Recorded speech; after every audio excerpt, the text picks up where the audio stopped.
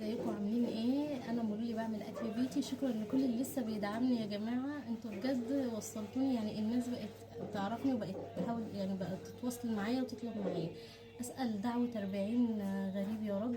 ربنا يشفي كل مريض ويعينه على مرضه يا رب ويصبره.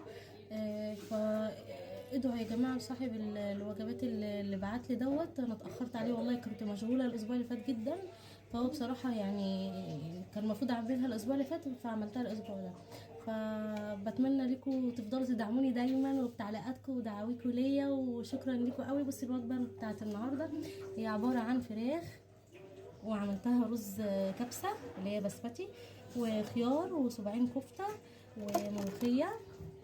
وملوخية، وهيبقى رغيف عيش عشان تبقى وجبه يعني ايه مشبعه. يعني هي بصوا كده واحده منهم، انا مش بعرف اصور قوي يعني، انا بلاقي كده يعني اهي الكبسه وخيار مخلل اهوت وصباعين كفته اهو، وعشان تبقى مشبعه، والملوخيه اهي في لوحدها. وافضلوا دعموني، بحبكم في الله. باي باي.